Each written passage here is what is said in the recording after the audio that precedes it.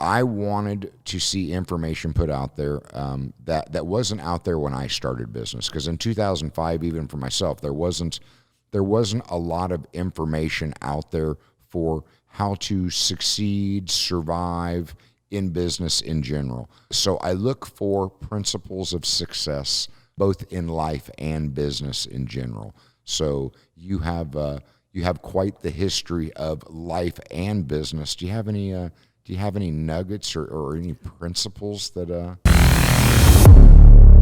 I'm Jason Julius, your host, and this episode is an entrepreneurial chronicle of a gentleman that has been serving the community for, a good 30 years, and I'm pretty stoked to have the conversation in general because he's in a space that I have a personal passion about in general. I want to introduce to everybody Larry Barnhart of Kokomo Cycle and Fitness. Larry, how are you doing today? Doing good. Doing good? Okay. And it's 47 years, actually. 47 years. That's pretty impressive in general. Sad. I always go back to it. 9 out of 10 fail in the first year, and of the one that makes it, 9 out of 10 fail in the first 10 years. So for you to have been in business 47 years, that is a huge, rare accomplishment in itself. Thanks. Yeah. So before we actually start getting into the lessons, I very much want to know a little bit more. Let's start back at year one. 47 years is a whole lot of experience to bring to the table. You want year one for the store or year one for me? Hey, brother, we can start wherever you want to start. I'm interested to definitely learn about you and the business itself. And then obviously over 47 years, there's a lot of mistakes and lessons and good knowledge that you can impart on any of the listeners that might be thinking about starting their own entrepreneurial journey. Okay. Well, actually, when people come in and say, how long has the store been here? You got to kind of wonder the building or the business or me. Actually, Glenn and Viola Bateman started Kokomo Schwinn in 1966. And the thing is the name itself is like, I'm familiar with the big Schwinn sign that's across the building. And that's part of the story. Yeah, they started in Arnold Court. Okay. And in 1973, they had the building we're in now built. And it was the first total concept Schwinn store built in Indiana. Really? At that time, Schwinn, of course, was king. You said Schwinn, you just said bicycle. No, because in the 80s, that was my first bicycle. I got it. Yeah, in the 70s and 80s, the bike boom of the 70s, everybody had a 10-speed. But, Schwinn had come up with a design and what they called total concept stores, which was a destination store for a bicycle. Okay. It wasn't part of a hardware shop. We didn't sell keys or lawnmowers or anything else. It was just bicycles. And at the time, we were just a Schwinn dealer. And I still have the gold scissors hanging up in the office. December 3rd, I think it was, 1973. After 50 years, I'm betting you got a lot of memorabilia from those days. Yeah, some of the Schwinn family came down for the ribbon cutting. And that's where the real history of the store, sits in that big Schwinn out front. Yep. That's what every people know us as. Mm-hmm. And for the longest time, Schwinn was all we sold. But as times changed, as competition started to arise from Europe and Japan, Schwinn in Chicago was having trouble keeping up. So much like the automotive industry started getting their competition from outside of the country, that Schwinn was experiencing the same thing then. Exactly. Okay. So, again, back in the golden days when I first started there in 75, just a couple of years after a year and a half after the building was built. Yeah, we were selling over 1,000 Schwinns a year out of that little store. Wow, that's volume. That is a bunch of bikes. Mm-hmm. And Glenn and Viola, they were just great. It was almost a family-owned business. And at that time, we had, 10, 12 people working there, trying to keep up with it all. Yeah, exactly. But things started slowing down. The bike boom came to an end. And Schwinn used to have a meeting at the end of every year for all the dealers. And they had the 500 Club. It was, any shop that sold 500 Schwinns got this little plaque. Okay. Then they had the 1,000 Club, which Glenn was always a part of. We used to have all these plaques lined up on the the wall of the store. But the first year, he didn't make the 1,000 club, and he got that little bitty 500 plaque. Blow to the ego. Yeah, Glenn. Yeah, he said, "Okay, I'm done." Oh, really? Yeah, that was 1985. A couple years earlier, he had helped Nick Kessner start the Carmel Schwinn store down in Carmel, and well, Glenn knew what he was paying me, and I couldn't afford buying the shop. So, yeah. So Nick bought the shop from Glenn. I was written in as part of the fixtures, so you just kind of came with the business. I stayed there, exactly. Yeah, I was, along with the tools and the benches and all that stuff. I was part of it, and I basically just became the full-time manager at that point in 85. Okay. But Nick then owned the business for 20 years. You were there and loved it and were sticking around for the long haul. Yeah, it's something I found that I really enjoy doing. I mean, never really considered it going to work. I mean, I'm going to plane with bikes every day. First couple of jobs, Kentucky Fried Chicken, Still Light on Lindsay Street. When it shut down, I went to a Porsche VW Audi dealership in Logan Sports, a mechanic there, and the drive back and forth I just wasn't all that thrilled with, and just happened to drive by the store one day. I didn't even own a bicycle at the time. I just saw this brand new Schwinn store. So that's kind of mechanical. I stopped in there and put an application in. It was several months later, I finally get a call from Glenn and said, this is Glenn Bateman from Kokomo Schwinn. You put an application in here? And I did. Had to think back on it. Mm-hmm. Oh, yeah. So I'd like to come in for an interview. And at that point, I didn't have to drive to Logan Sport anymore. It was great.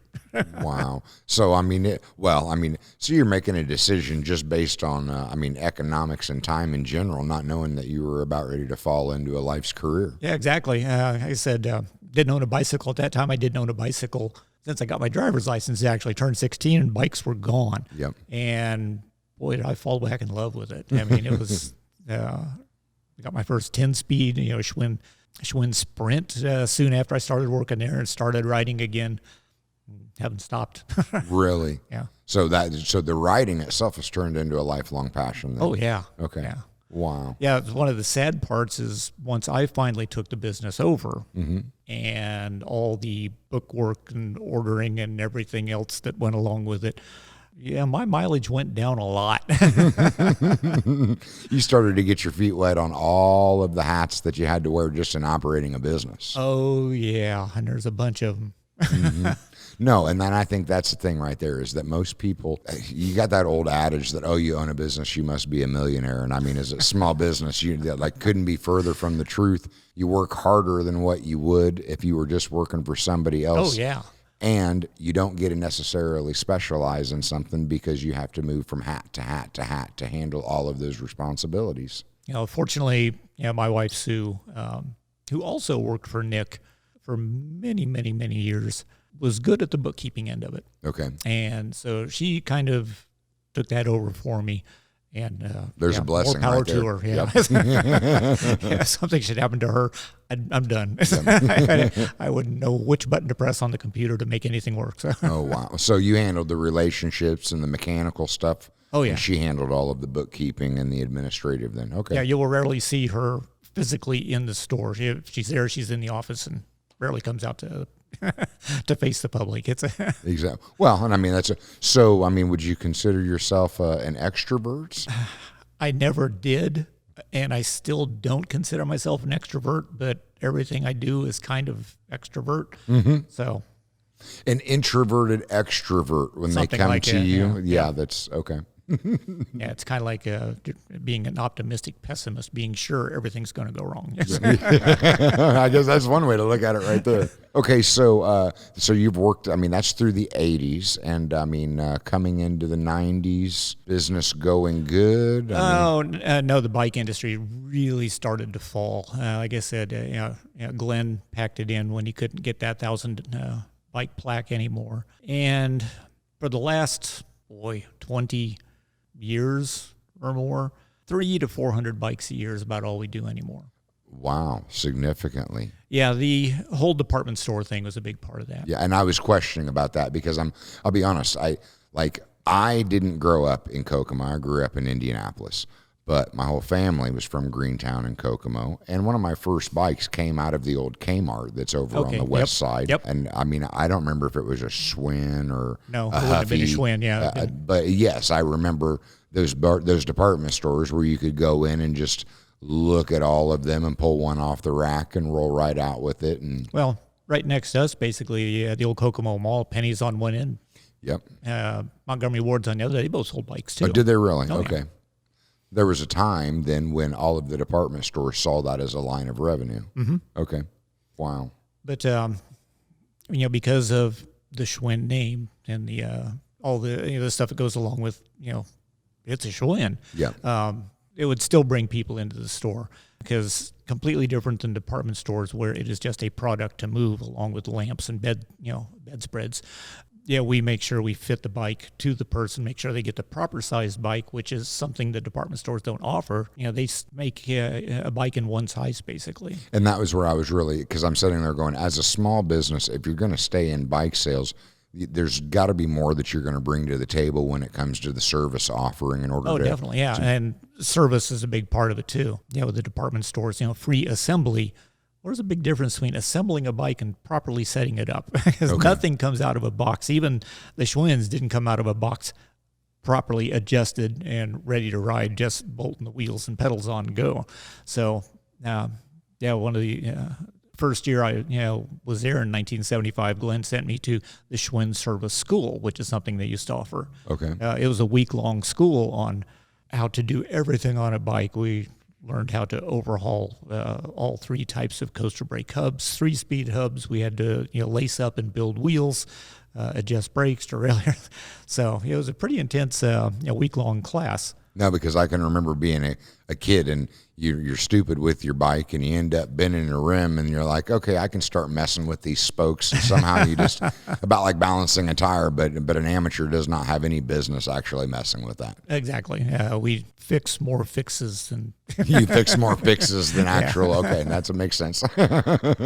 In my head, what I'm thinking is that, I mean, it's about like coffee junkies and pizza junkies. I put a salad bar in my operation 10 years ago, and I pulled it back out. I could have put a vat of grease out there, and it probably would have sold better.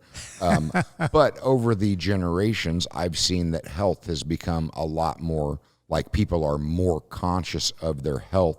So are you saying that bike sales have been flat, or have they started the last 2 years with the whole COVID thing, we saw a big uptick again. Okay. And that started in 2000 when there literally was no place to go do anything. Mm-hmm. Outside was the best place to be, and that was just a bizarre year. Wasn't it? That's we literally sold every bike in the store in 2 weeks. Really? And so you go from flat sales for about 2 decades to inside of 2 weeks, literally selling out all of your inventory. The thing is, we really didn't sell any more bikes that year. Okay. Because we couldn't get any more. We did a year's worth of sales within a month. Wow. It was intense. So your manufacturer side of it was shut off. So once you sold out, you were not able to restock. Once the warehouses were empty, there was nothing to get. Wow. And we are still doing it. I'm still waiting for some bikes I ordered in 2000. So I guess you just never think about it on that kind of level that, I mean, because like the food industry has been severely impacted by supply chains breaking. Mm-hmm. And the apparel industry has been severely impacted by supply chain breaking, but that really filters and trickles all the way down to just simply bicycles. Especially when it's a product that has a lot of parts. Yeah. Because Shimano, who makes the majority of the components, shifters and freewheels and cranks and derailleurs, they fell so far behind. The bike manufacturers couldn't manufacture the bikes to get to us. And that has not really changed all that much yet. We're starting to see a bunch of product names we didn't even know exist in lieu of the Shimano that used to be on everything. Really? Because Shimano can't get caught up. So it'd be like Shimano would be like the OEM parts. Yeah, exactly. And then everybody else is coming with their aftermarket designs to try and pick up the slack then.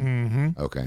Yeah, the bike companies are just getting parts wherever they can to get product out, and it's just it created such a deep hole.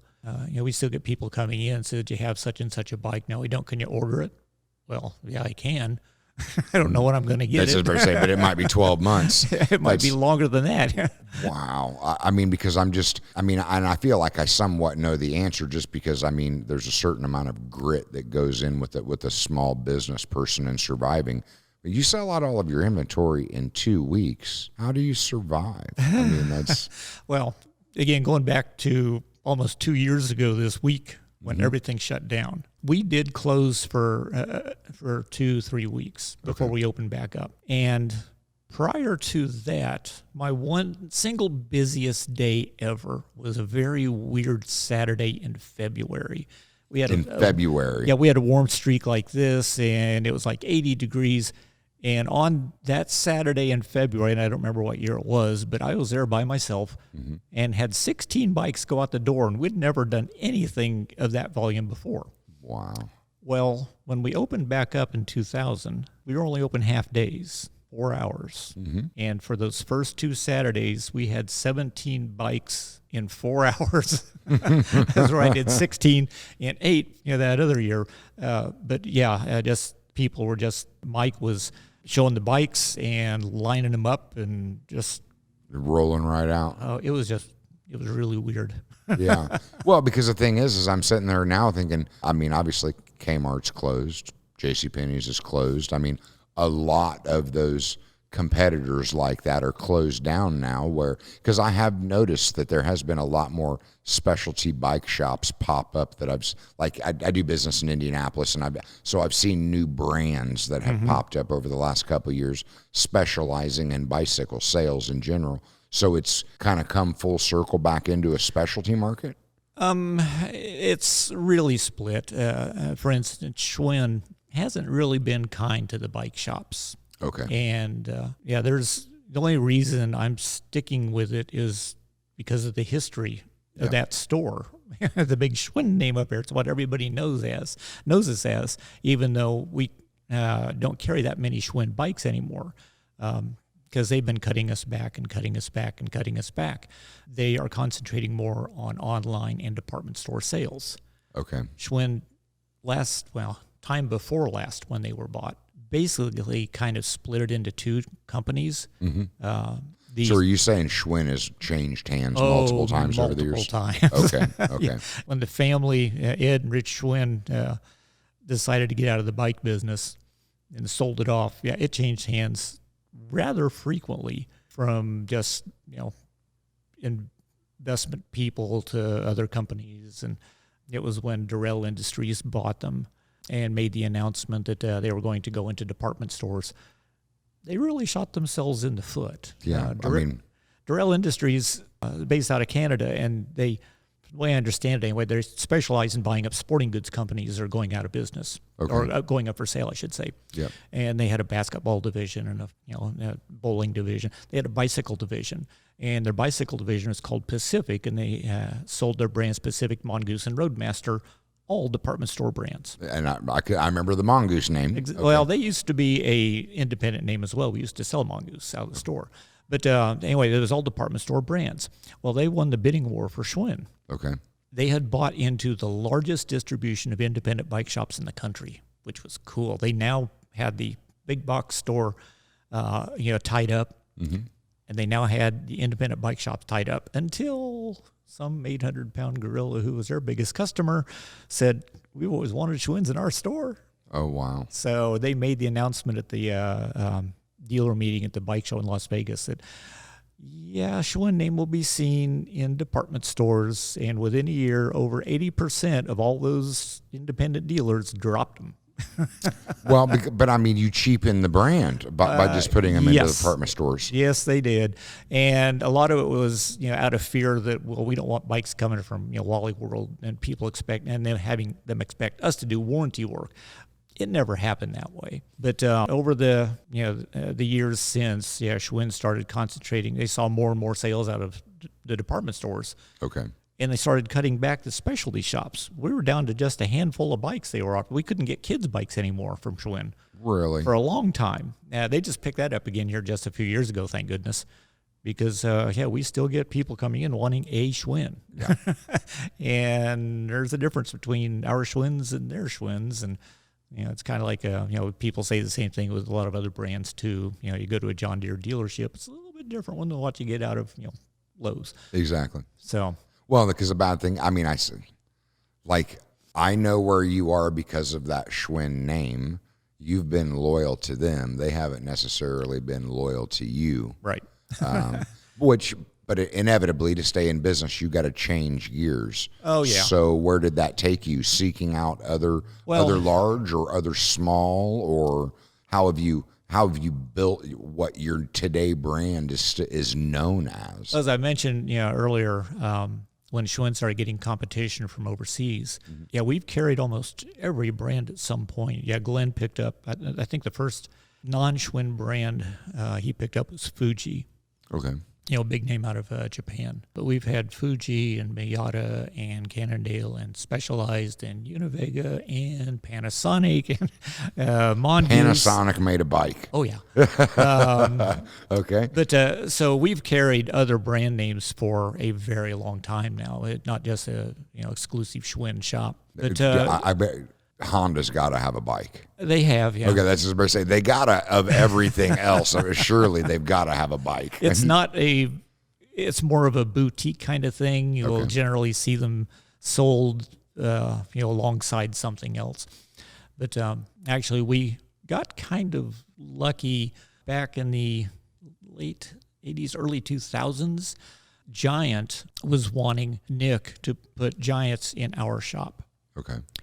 Well, Charlie Sullivan down at Victory had Giant, and I didn't want to take anything from him. I mean, I've been here long enough, but he's been here longer. And you know what? I got to point that out because that right there is a certain amount of respect that when I opened business, it was I'm competing against the big guys, and I don't like the thought of taking food off of another local guy's table. So, that stands out as a character issue for you to actually see and be like, no, that's not. Yeah. I want to be in business, but not at the expense of another local guy. That's very commendable, especially in a time where I see so much cutthroat competition going on.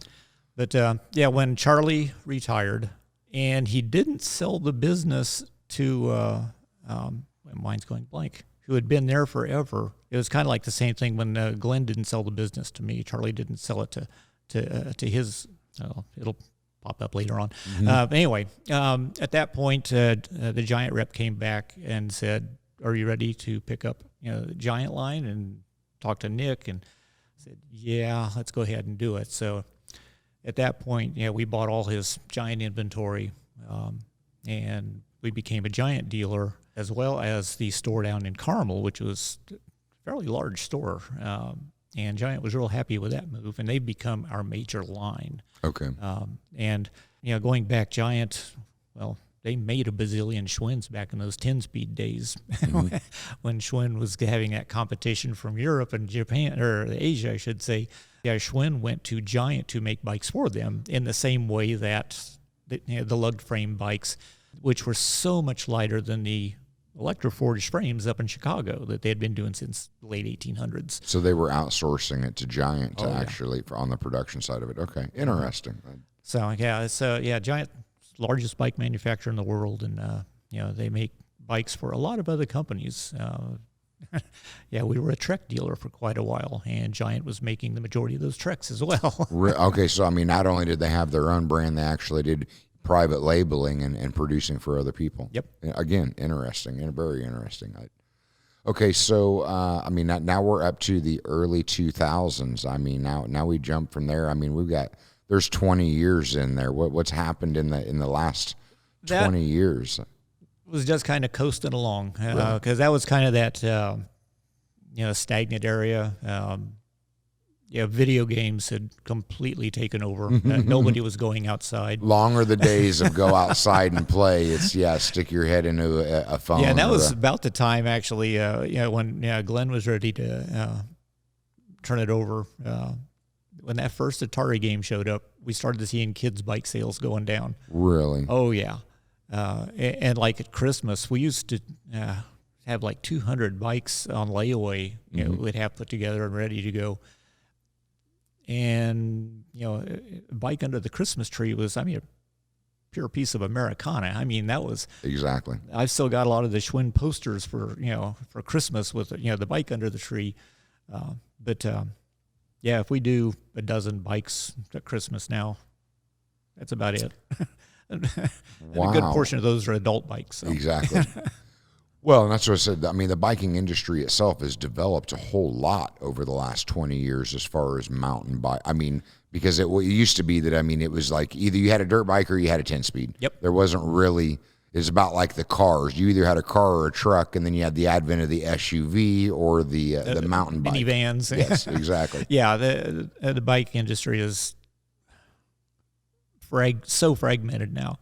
There is a bike for every occasion, every style of rider, and it can be so confusing. And do you service all styles of riders? Okay. Yeah, we work on pretty much everything. And the big thing now is electric bikes. I was going to go there about that because I had a friend of mine that he literally rode his bike from LA to New York, and he was part of a small group of people. And I was like, dude, you're like going to pedal all the way from LA to New York? And he was like, please, man, I'm going to have some electric help on the back of the bike. So I found that very interesting. That I still think it's cheating, but we drug our feet for electric bikes forever because they've been playing with that idea since the last century. Okay. And Giant had toyed with it, and Schwinn had toyed with it, and none of them were very reliable, and they came and went, and I just wasn't comfortable, carrying something that... Meddling with something that hadn't been perfected. Well, not only that, but I wouldn't be able to service in another couple of years. Okay. But they've come a long way, and a couple of years ago, we picked up our first e-bike from Electra, a townie, and Susie and I took them out for a little test ride, and I was ashamed to admit it was a lot more fun than I wanted it to be. And that's what I was about ready to say. Because, I bought my first Harley, or I bought my one and only motorcycle that I've ever bought was because I would vicariously look at other people and feel that wind in your hair. And I wanted to do something to bond with my father. It ended up being that I just wasn't really comfortable with it. And that's how I actually started my business, is I sold the Harley. But I remembered... from the dirt bikes and the riding the 10 speeds, and I was all proud of myself when I could like squeeze my legs on that 10-speed bar and not have to have hands and just kind of stroll through. But then inevitably that was only downhill. You still had to actually pedal. I was like fascinated by the electric bikes, but then I started wondering, what kind of duration do they have? Their charging system. They're getting better all the time. There's 3 classes of electric bikes, 1, 2, and 3. 2 of them are pedal assist, which means the motor will only kick in if you've got pressure on the pedals. Really? Yes, okay. It is a pedal assist. It is still, and those are what we carry. And I always, So you still got to try, just not quite as hard. Exactly. It's like having a really good tailwind. Okay. The class 2 is basically an electric motorcycle. It's got a throttle, so you don't even have to pedal. But the class 1s and 3s, pedal assist, one's a 20 mile an hour top, the other's 28 mile an hour top speed. But that's a pretty good clip. That's 28 mile an hour. On a bike is quick. Yeah, no, because you could get on that and from here to Indianapolis, do it in 2 hours, and that's not bad. The range is going to be a factor there, depending on what level of assistance you use, because there's generally 3 to 5 levels of boost. Generally 30 to 50 miles on a charge is about what you're doing. Is about what you're going to get, yeah. So they haven't moved into solar where it charges as it's working? No, and everybody says, well, does it recharge itself as you're riding? And it's like, that kind of defeats the purpose. Well, but I could see that in an electric motor of working some type of alternator where if you want it to keep working, you keep pedaling to keep that assist going. But I mean, I don't know. I'm just thinking outside the box of all the They're creative getting heavy ways enough as it is. Yeah, exactly.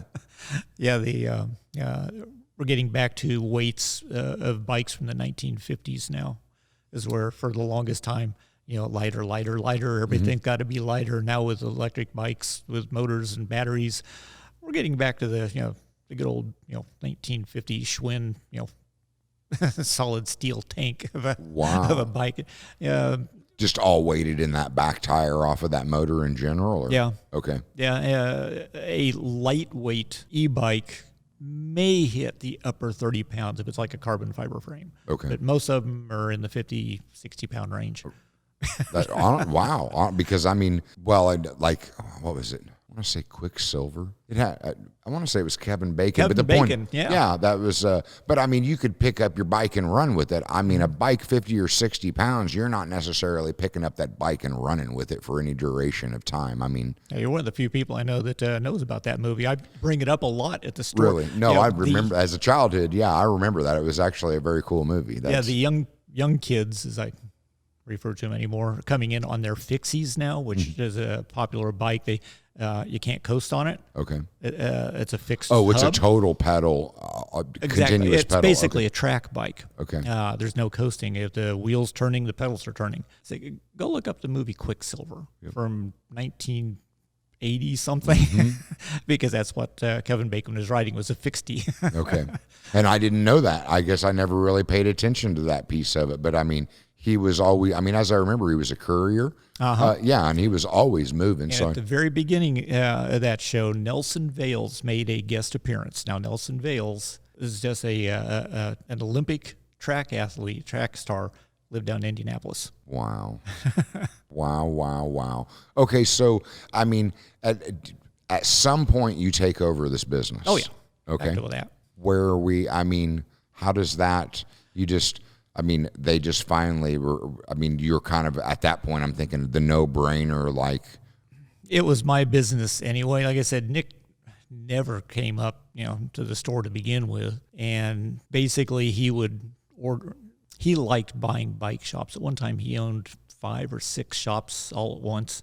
So he liked owning them, but he didn't spend any time in them. Oh, no. Yeah, he just stayed in his carnal office, and that's all he did. But every time he bought one, he'd send me down there and dig through all the old parts, because one of the things about being a bike shop mechanic is you got to know everything about bikes from the get-go. I mean, we're still getting, 1970 10 speeds coming in, and if it needs, still today? Oh, yeah. Oh, wow. And I know what all those parts are. Wow. And so Nick send me down, and I'd have to dig through all the drawers and consolidate all the old stuff that none of the new guys knew what it was. Exactly. And I've got a stack of cabinets in the back room, that floor to ceiling, full of a treasure chest. If you know what it is, yeah. Other than that, it's just a bunch of junk. Wow. But I've got some pretty rare Bendix coaster brake parts, new departure parts, coaster brake parts, some old Shimano click shifters, and stuff that is rare. But but I'm sitting there thinking that rarity right there, there's got to be value there. I can't imagine that there is massive surpluses of places that are holding on to parts like that. No, and there's been several gentlemen who restoring old bikes, old Schwinns and whatnot, and they hit all the old, the Schwinn shops, and can I go through all your old stuff and you'll sell me this and sell me that? And it's like, so I've done thinking quite of a the bit show of that. Pickers. Yeah, exactly. Where they go looking for the old antique stuff, but Yep. it really takes somebody really going in there and knowing exactly what they're looking for to know where the value is. Yep. Yeah, we had a guy come up from Louisville, and I made him buy all my old fenders and fender braces, because we had stacks and stacks and stacks of those that we would never use again. Oh, really? Okay. Oh, yeah. Sounds like you've been pretty prudent on knowing what to keep and what to get rid of. Yeah, sometimes too much so. I've still got a lot of stuff there that should go to a recycling bin somewhere. So, and again, I really like, and it ain't no different than because I started this workout program, 45 minutes a day, or 2 45-minute a day workouts. One of them has to be outside. So I have found myself walking the Kokomo community. Like if I hadn't chose this program, I would not understand like all of the trails and all of the development that was put into the community. And I'm like, well, a lot of that I know was for bikes. Mm-hmm. So when you're telling me that still, even at that their bike sales have been flat. That was actually 2008 when the Nickel Plate Trail made it as far as Cassville. That was a real shot in the arm. Okay. Things started kind of turning around at that point. We're starting to sell a lot more bikes because of the trails. And Kokomo now has, I think, 13 miles of trail. Okay. And we have bikes that are perfect for just tooting around on those trails. There's only 4 kind of hills, 5 if you count the overpass over 931. So you don't need, like the old 10-speed. You don't need all those gears anymore. You're probably not selling many 10 speeds today, are you? Well, 10 speeds are now, you're talking about the skinny tire drop bars. Yep. Uh-huh. Yeah, those are now road bikes. Okay. 10 speed is a really archaic term, though it's coming back because in the mountain bike world, because chain is inevitable. It is. That no matter what, we're going to talk about biking industry. So many people fail to realize change is inevitable one way or the other. And change for the sake of change is not necessarily progress. Yes, no, I'm not going to disagree with you there. But the big trend now for mountain bikes, instead of having the 3 front sprockets and anywhere from the 7 to the 10 sprockets on the back, they're just putting 1 sprocket on the front now. Really? Yeah, and 10 sprockets across the back. So it's a 10-speed again, but it's only got the 1 front sprocket. Exactly. So 10-speed, the term is coming back. Mm-hmm. But anyway. In a different visual version then. Completely, yeah. Okay. Yeah, that's part of that thing that, there's a bike for every occasion anymore. So I got to imagine that the vast amount of your business then is going to be centered around servicing the bike enthusiast? Enthusiasts, no. No? The Breakaway Bike Club here in town, those are the enthusiasts. Okay. And we rarely see them because the majority of them, being an enthusiast, know how to service their own stuff. And only in the, toughest of occasions, need to bring it in for us to do anything. No, we are, as Glenn always had it set up and as Nick wanted to set it up, we are a family shop. Okay. The majority of our bikes are for the casual riders, for the people who aren't going to go out and, hammer out 50, 60 miles on a weekend. Yeah, because in my brain, and because I'm like, I hate to kind of go off down another trail. There was a movie with Kevin Costner in it, and I can't remember. Oh, American Flyer. There we go. Yes, that another one of my absolute favorite movies that it was a really pushing yourself. And I don't know if that was necessarily enthusiast so much as was more athlete side of it, but. Yeah, Ray Don Chong did a wheel change in that in about 10 seconds, and everybody was just going, yes! Yeah, exactly. So, I mean, a bike for all occasions, a bike for every family member. And again, that's what I've noticed, a resurgence of people being more health conscious. And if you are cycle and fitness, then you have got to be servicing more than just bikes. Yeah, well, the and fitness part, Schwinn used to be a big fitness equipment dealer as well. Okay. But they have completely, when Durrell Industries bought Schwinn, they only bought the bikes. Yep. Nautilus bought Schwinn. And they're almost all nothing but online sales now. Okay. They first just went to the Schwinn stores, then they put them in Sears and Dunham's and Dick's Sporting Goods. And you don't even find them in those places anymore. Okay. Schwinn Fitness is almost all online.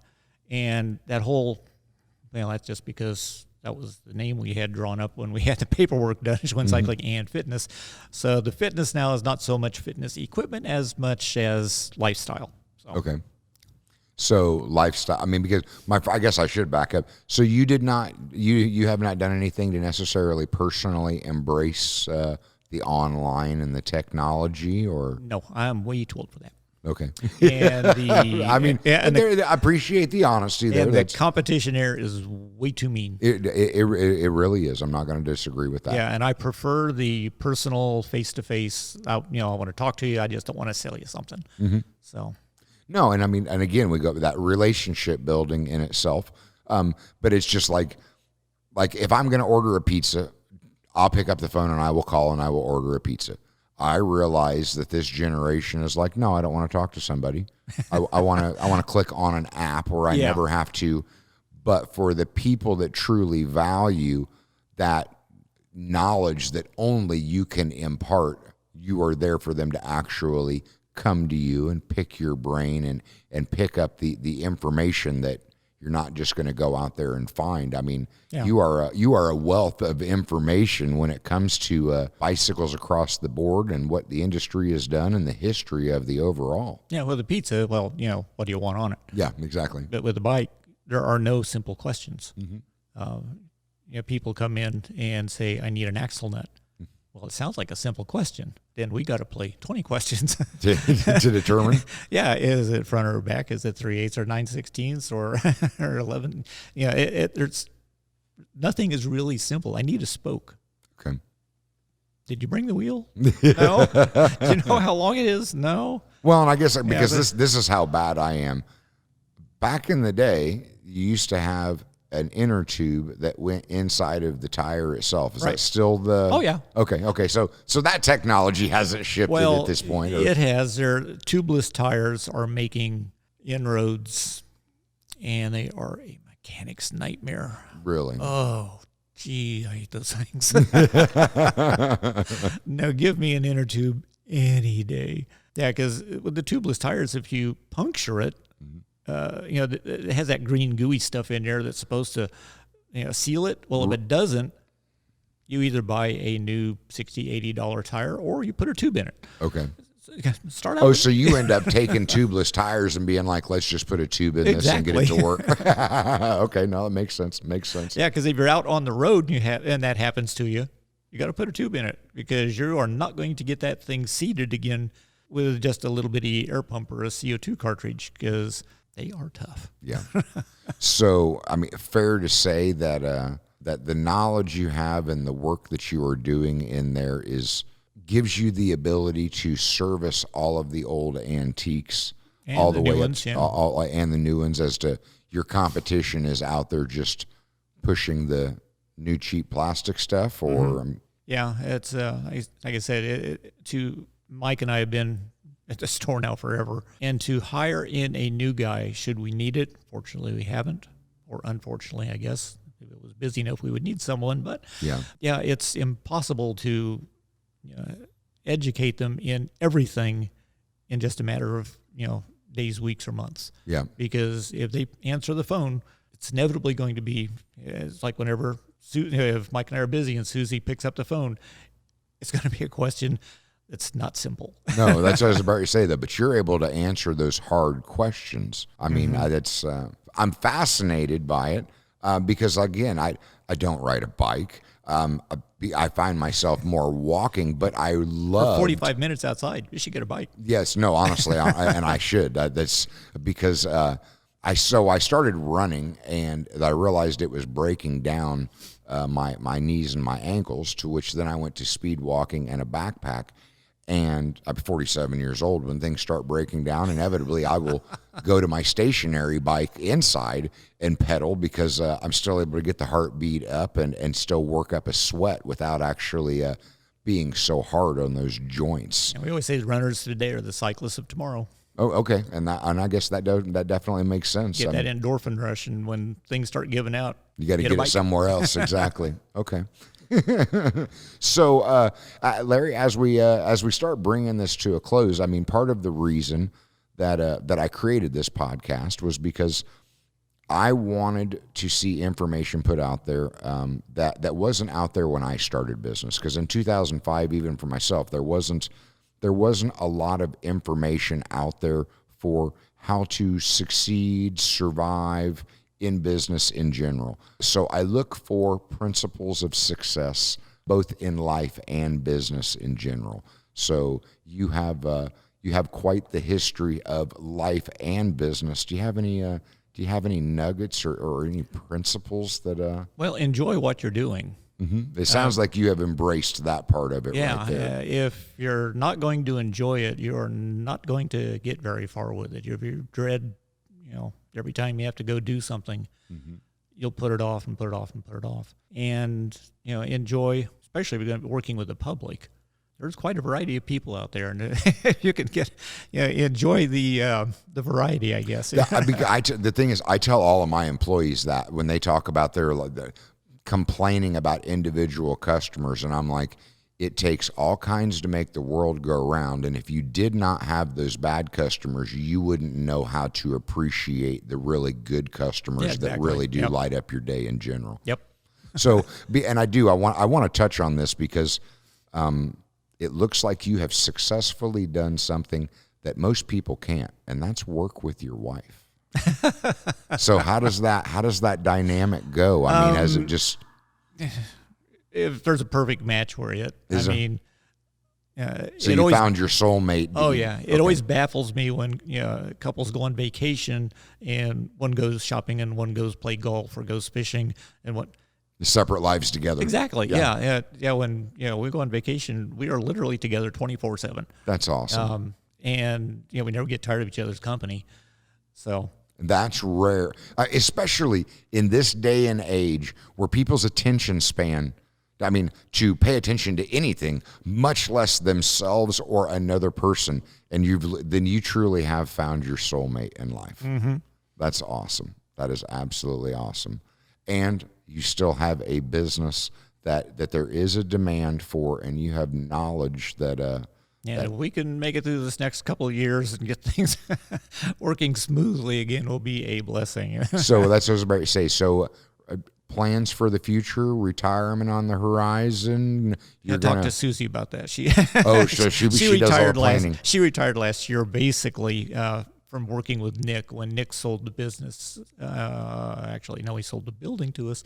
He retired, and Susie, who was his assistant director for Indiana ASEP, she then stopped doing that, and now just does the stuff at the store. Okay. Along with her painting, the back alley art stuff she does. Really? It's inside the store too. But I forgot where I was going to that. But exploring other passions in general. That's. Oh yeah. Yeah.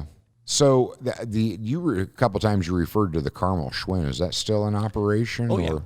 Okay. Well, yes and no. Not in the same sense. As far as a business plan, the guy Nick sold the caramel Schwinn to, the same time he sold Kokomo Schwinn to us, he wanted to convert it from a family store into a high-end, triathlete store. Which wouldn't surprise me in the caramel market, honestly. And it died quick. Really? Oh, okay. Yeah. They were selling $200 plastic rain jackets and, $300 shorts and, $600 shoes. And it's like.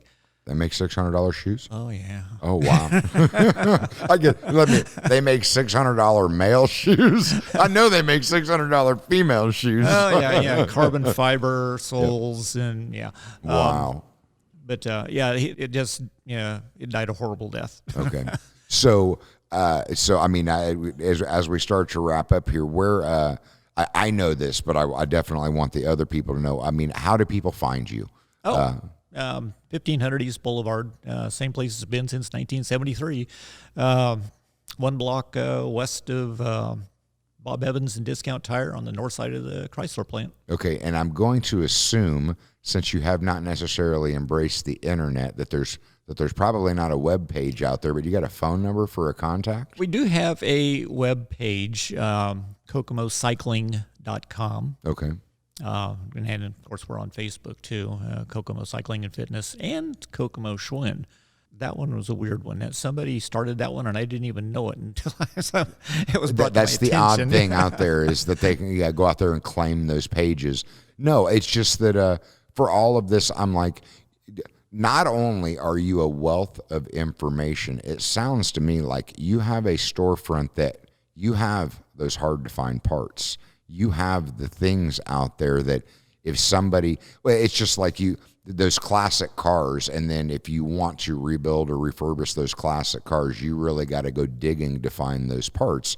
So if people have those bicycles that, whether they were theirs or their father's or their grandfather's, you are a wealth of knowledge, and probably likely somebody that actually has the parts to actually restore and breathe life back into. Well, in the case of hubs, yes. Like I said, we got rid of all the fenders and fender braces and all that stuff, and a lot of the other things.